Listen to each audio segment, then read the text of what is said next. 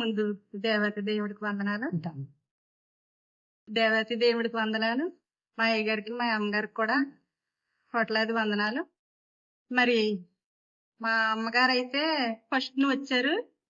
వచ్చినప్పుడు మరి మా ఇంటికే వచ్చారు. మరి 2 సంవత్సరాలు కూడా దైవజనులు నేను ఎంతగానో ప్రేమించాను.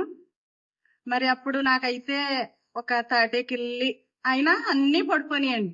పడిపోయినప్పుడు దైవజనులకి నేను అనుకుంటేదాన్ని, ఇలాంటి ఇంట్లో పడుకోబెట్టినాను తండ్రి అనుకుంటే అమ్మగారే ప్రార్థన చేసేవారు. ఎలాగా తండ్రి, అమ్మ ఎంత ఇలా కష్టపడుతుందే, డాబా ఇవ్వాలి తండ్రి అని ప్రార్థన చేసుకుంటా నవ్వుకుంటా పడుకుంటేవాళ్ళమండి. పడుకుంటే అలాగే దేవుడు మా ప్రార్థన ఆలకించాడు. దైవజనులను ప్రేమించాను. నాకు చక్కగా డాబా ఇచ్చాడండి దేవుడు. మరి అలాగే మరి అమ్మగారు మాకు పాకుండేదండి. ఆ పాకలో అందరూ పాడేవారు. పాడుతుంటే నాకు పాటలు పాడాలన్న ఆశ. అమ్మగారు అన్నారు, అమ్మ నువ్వు లేచి నీకు ఏం పాట అయితే ఇష్టమమ్మా ఒకసారి పాడు అన్నాను. నాకైతే పాటలు రావమ్మా అన్నాను. పాడమ్మా నీకు పాటలు వస్తాయి అన్నాను. ఒక్కసారి నువ్వు ఒక పాట పాడానమ్మా. అప్పటి నుంచి నాకు దేవుడు అనేక మంది పాటలు నాకు నేర్పించాడు. మరి గొప్ప స్వరాన్ని కూడా ఇచ్చాడు, ప్రార్థన ఇచ్చాడు. మరి దైవజనులు లేనప్పుడు కూడా ఆరాధన ఇచ్చాడు నాకు దేవుడు.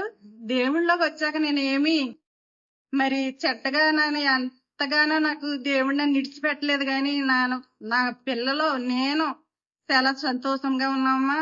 పిల్లోడు తీసుకున్నాడు, అబ్బాయి తీసుకున్నాడు, అమ్మాయి తీసుకున్నదే. బాప్తిసం నేను పొందుకున్నాను.